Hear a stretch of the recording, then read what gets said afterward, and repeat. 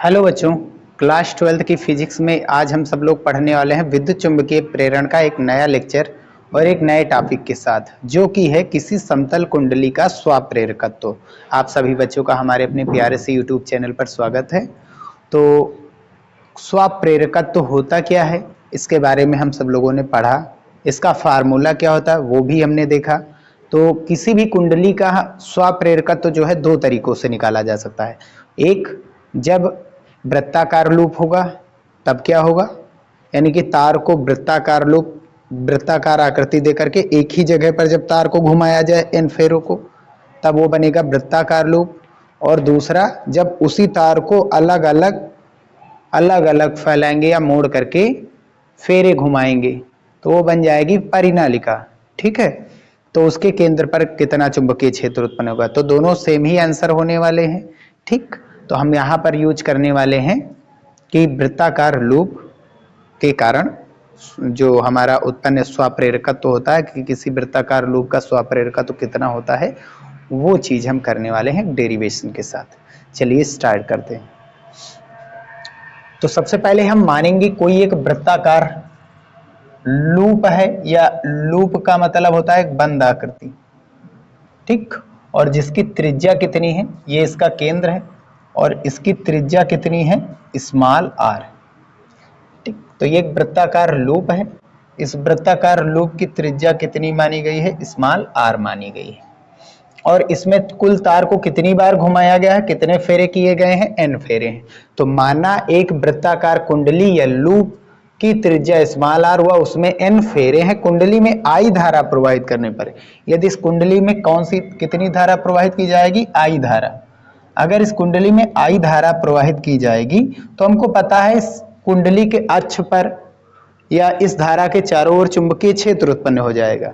और यहाँ पर हम चुंबकीय क्षेत्र वो लेंगे जो कुंडली के केंद्र पर उत्पन्न हो रहा है। कुंडली के केंद्र पर, यानी यहाँ पर केंद्र पर बिंदु P लेंगे। ठीक, तो कुंडली के केंद्र पर कितना चुंबकीय क्षेत्र उत्पन्न होता है वृत्ताकार, वो चीज हमने पढ़ लिया है अपने डेरिवेशन में बायो सेवर्ट के नियम के अनुप्रयोग में। μ0/2 इंटू एन फेरों के लिए करंट, एक फेरे में आई, दो फेरे में 2 आई, तीन फेरे में 3 आई, ऐसे एन फेरों के लिए एन आई। और अपान में त्रिज्या इसकी कितनी है, स्मॉल आर। तो ये हो गया कुंडली के केंद्र पर उत्पन्न चुंबकीय क्षेत्र। अब हमें फार्मूला, सबसे पहली चीज एल निकालना है, कुंडली का स्वाप्रेरकत्व। ठीक, तो एल बराबर एक फार्मूला हमने बताया था कि ये जो होता है एन फाई, एन फेरों से संबद्ध चुंबकीय फ्लक्स, एन फेरों से संबद्ध चुंबकीय फ्लक्स वो समानुपाती होता है उसमें प्रवाहित होने वाली धारा की। और समानुपाती का चिन्ह हटा करके एक नियतांक जोड़ा गया था, उस नियतांक का नाम था एल, जिसे कुंडली का स्वाप्रेरण गुणांक या स्वाप्रेरकत्व के नाम से जाना गया था, जो कि क्या होता है एन फाई अपान बी। आई फाई क्या है, चुंबकीय फ्लक्स है, नेट चुंबकीय फ्लक्स एन फेरों से संबंधित। ठीक भैया, तो हमको एल निकालने के लिए फाई बी का मान पता होना चाहिए और हमको चुंबकीय क्षेत्र पता है, तो हम चुंबकीय फ्लक्स का फार्मूला पढ़ चुके हैं। चुंबकीय फ्लक्स का फार्मूला क्या होता है कि फाई बी जो होता है वो बराबर होता है बी ए कॉस थीटा के।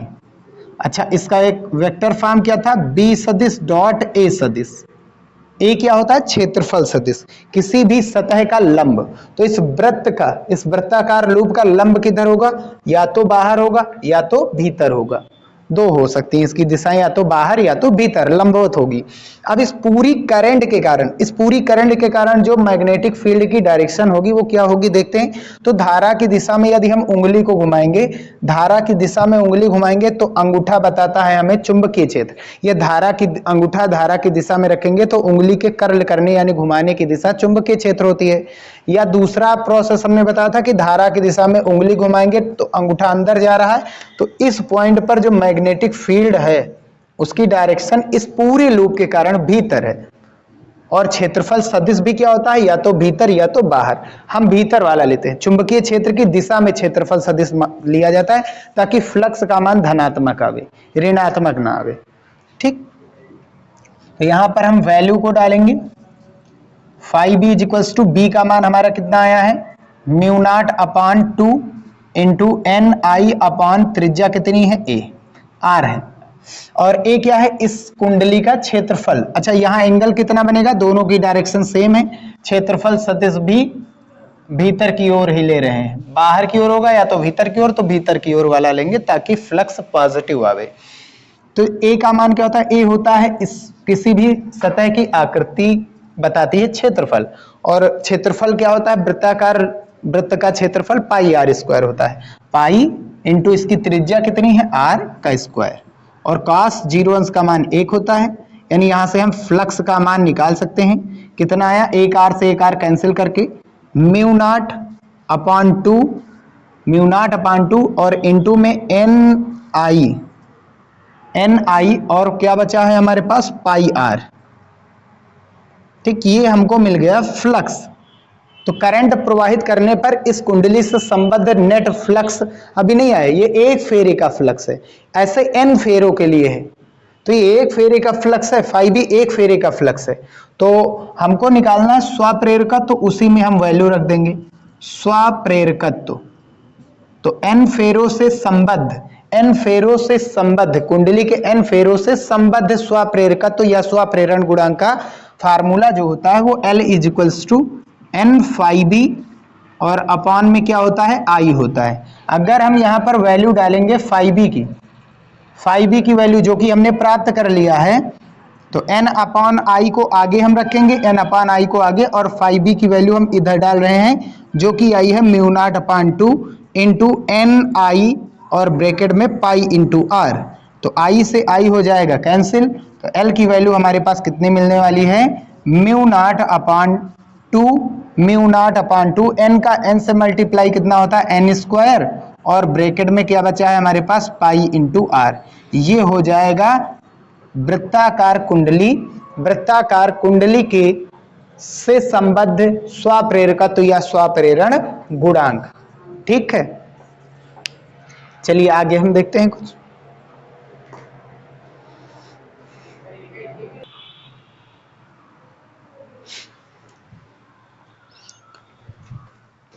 चलिए इसका सेकंड टॉपिक हम देखते हैं कि किसी समतल कुंडली का अन्योन्य प्रेरकत्व कितना होता है। अन्योन्य प्रेरकत्व की घटना क्या होती है, इसमें दो कुंडलियों का यूज होता है, दो कुंडलियां एक दोनों पास पास रखी होती है, और एक कुंडली में धारा प्रवाहित करने से दूसरी वाली कुंडली में यदि विद्युत वाहक बल उत्पन्न हो जाए तो ये कहलाती है हमारी अन्योन्य प्रेरण की घटना, और उसमें जो कितना विद्युत वाहक बल उत्पन्न हुआ है धारा परिवर्तन की दर से, ये बताता है अन्योन्य प्रेरकत्व या अन्योन्य प्रेरण गुणांक, और इसको लिखा जाता है कैपिटल एम से।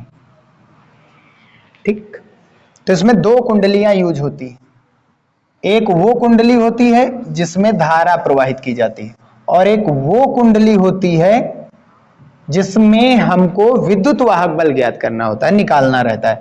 तो एक ऐसी कुंडली होती है जिसमें धारा प्रवाहित की जाती है, जिस कुंडली में धारा प्रवाहित की जाती है उसे कहा जाता है प्राथमिक कुंडली। कौन सी कुंडली, प्राथमिक कुंडली। और इस कुंडली पहली वाली जो ये पहली कुंडली है प्राथमिक कुंडली है, और इसकी त्रिज्या मानी गई है, हमने मानी है R1, और इसमें टोटल कितने तार के फेरे घुमाए गए हैं, N1 बार घुमाया गया है, तार के फेरों की संख्या N1। अब इसी के जस्ट पास एक ऐसी कुंडली रखी है, दूसरी वाली कुंडली, जिसकी त्रिज्या है R2 और उसमें तार के फेरों की संख्या N2।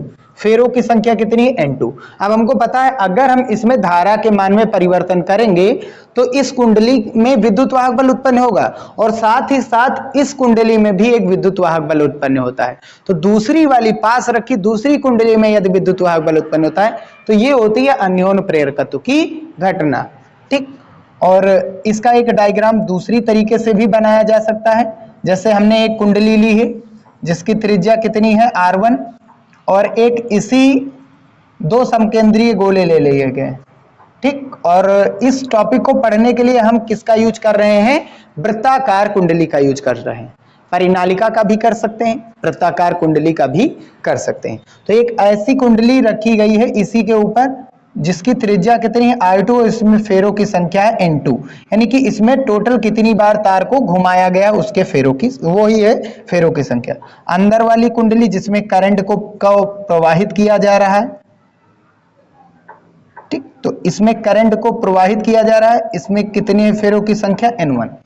तो अगर इसमें करंट को प्रवाहित किया जाएगा तो करंट को प्रवाहित करने से इसके केंद्र पर उत्पन्न होगा चुंबकीय क्षेत्र, और अगर ये परिवर्तित करंट है, अगर करंट का मान बदलेंगे तो चुंबकीय क्षेत्र का मान बदलेगा, चुंबकीय क्षेत्र बदलेगा तो इससे संबद्ध चुंबकीय फ्लक्स बदलेगा, और वो चुंबकीय फ्लक्स इस कुंडली में धारा उत्पन्न करेगा, इसकी इस धारा के विरोध में, विपरीत दिशा में, ठीक, हमेशा इसकी विपरीत दिशा में, क्योंकि इसके परिवर्तन का वो विरोध करना चाहेगा।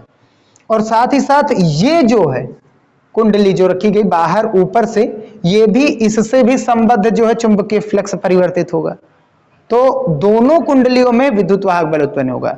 तो जिस कुंडली में धारा प्रवाहित कर रहे हैं, यदि उसमें करंट उत्पन्न हो रही है तो वो कहलाती है हमारी स्वप्रेरण की घटना, और यदि पास रखी दूसरी कुंडली, दूसरी वाली कुंडली से संबद्ध चुंबकीय फ्लक्स में परिवर्तन किया जाए होगा, तो उसमें विद्युत वाहक बल उत्पन्न होगा, जो करंट को प्रेरित करेगा, विद्युत धारा को प्रेरित करेगा, वो होती है अन्योन्य प्रेरण की घटना। इसके बारे में हमने बताया भी है। तो सबसे पहले हम क्या करेंगे कि जिस कुंडली में धारा प्रवाहित हो रही है, यानी कि प्राथमिक कुंडली जिसे कहा जाता है, इसे प्राथमिक कहा जाएगा, और इसमें ये क्या होती है हमारी द्वितीयक, जिसमें विद्युत वाहक बल उत्पन्न करना रहता है, तो उसके केंद्र पर कितना चुंबकीय क्षेत्र उत्पन्न होगा। तो B equals to μ0/2 into I/R होता है केंद्र पर उत्पन्न चुंबकीय क्षेत्र का फार्मूला है। अब क्योंकि ये पहली वाली कुंडली की त्रिज्या R1 है तो हम R1 कर देंगे, और ये I करंट जो है एक फेरे के लिए है, और ऐसे ही इसमें कितने टोटल फेरे हैं, n फेरे, n बार तार को घुमाया गया है, तो एक तार में I, दो तार में 2I, तीन तार में 3I, ऐसे 10 में 10I, और इसमें कितनी बार तार को घुमाया गया, n1 बार, तो n1I, तो करंट का टोटल मान हो जाएगा n1I। अब हम क्या करेंगे, चुंबकीय क्षेत्र पहली वाली कुंडली का है, B1 नाम दिए दे रहे हैं, और हमको फ्लक्स निकालना द्वितीय कुंडली का, ठीक, द्वितीय कुंडली से संबद्ध फ्लक्स में परिवर्तन इसमें विद्युत वाहक बल उत्पन्न करेगा। तो क्या करेंगे हम यहां पर लिखेंगे कि इसके पास रखी, ठीक, पहली वाली कुंडली के पास रखी R2 त्रिज्या व N2 फेरों की संख्या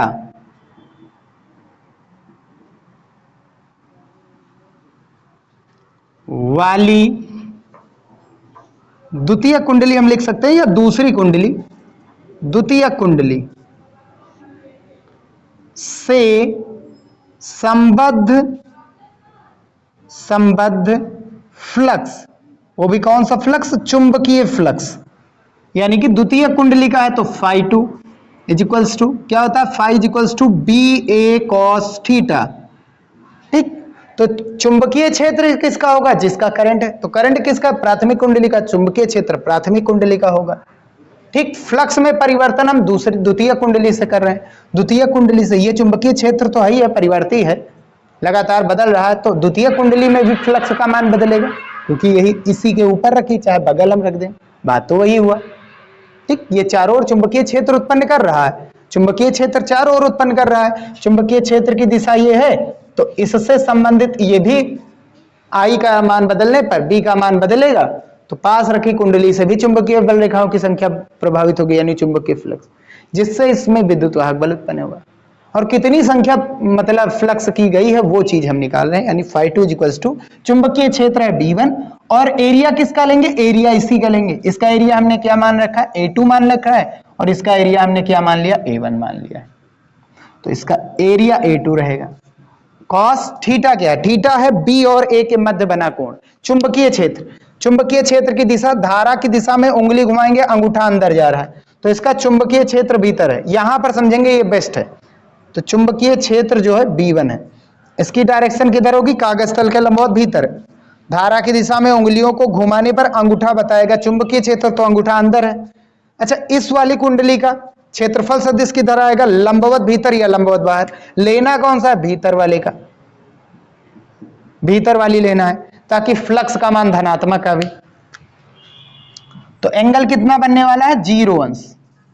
तो φ2 इज इक्वल्स टू, हम एक फेरे के लिए निकालें, अभी n फेरों के लिए बाद में निकालेंगे। B1 की वैल्यू हमारे पास कितनी आई है, μ0/2 इंटू n1i और अपान में r1 गुणा A2 क्या है, द्वितीय कुंडली का क्षेत्रफल। कैसी द्वितीय कुंडली, वृत्ताकार, वृत्त का क्षेत्रफल πr²।